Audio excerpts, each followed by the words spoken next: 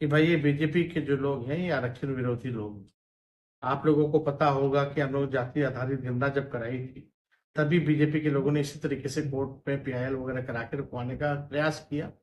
देखिए, हम लोग आहत हुए हैं और हम लोगों को संदेह पहले भी था कि ये भाजपा के लोग किसी भी हालत में आरक्षण को रोकने का काम करेंगे। और हम लोग शुरू तौर से ही कहते रहे, चुनाव में भी हम लोगों ने कहा था कि भाई ये बीजेपी के जो लोग हैं ये आरक्षण विरोधी लोग हैं।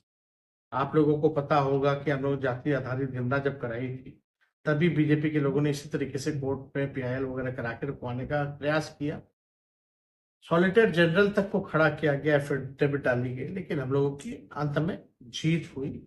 और हम लोगों ने सर्वे भी कराया जाति आधारित, और उसके बाद 75% आरक्षण जो है पिछड़ों का, अति पिछड़ों का, दलित आदिवासियों का हम लोगों ने बढ़ाया। और ईडब्ल्यूएस आज 10% हम लोगों ने छोड़ा।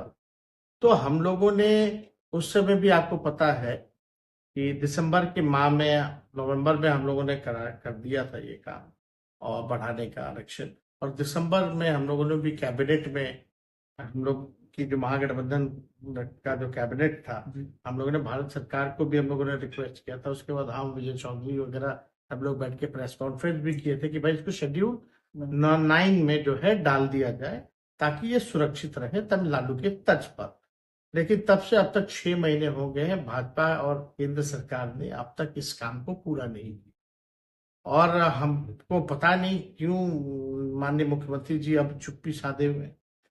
हम लोग तो लगातार जो है इसकी लड़ाई लड़े, संघर्ष किए, और हम लोगों ने आरक्षण को बढ़वाया हमारी सरकार ने।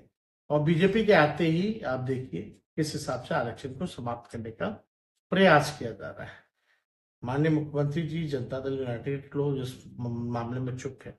लेकिन हम अनुरोध करते हैं माननीय मुख्यमंत्री जी से, कई बार आपने प्रधानमंत्री जी के पैर पकड़े, इस बार भी पैर पकड़ करके कम से कम शेड्यूल 9 में जो है आप इसको डलवाने का काम करें।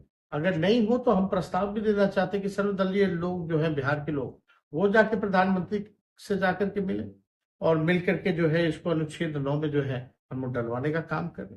क्या तो ये तो हम लोग चाहते हैं कि भाई सब लोगों को जो अधिकार है वंचित शोषित समाज का, जिसकी जितनी आबादी है उस हिसाब से लोगों को हक मिलना चाहिए, सम्मान मिलना चाहिए, अधिकार मिलना चाहिए। तो हम लोग इस लड़ाई को हम लोग लड़े हैं, आगे भी लड़ेंगे। और अगर बिहार सरकार अगर सुप्रीम कोर्ट नहीं जाएगी तो राष्ट्रीय जनता दल सुप्रीम कोर्ट जरूर जाएगी। क्या मुख्यमंत्री से आप बात करके सर्वदलीय बैठक या प्रधानमंत्री से मिलने की भी कोई ऐसा सोच रहे हैं?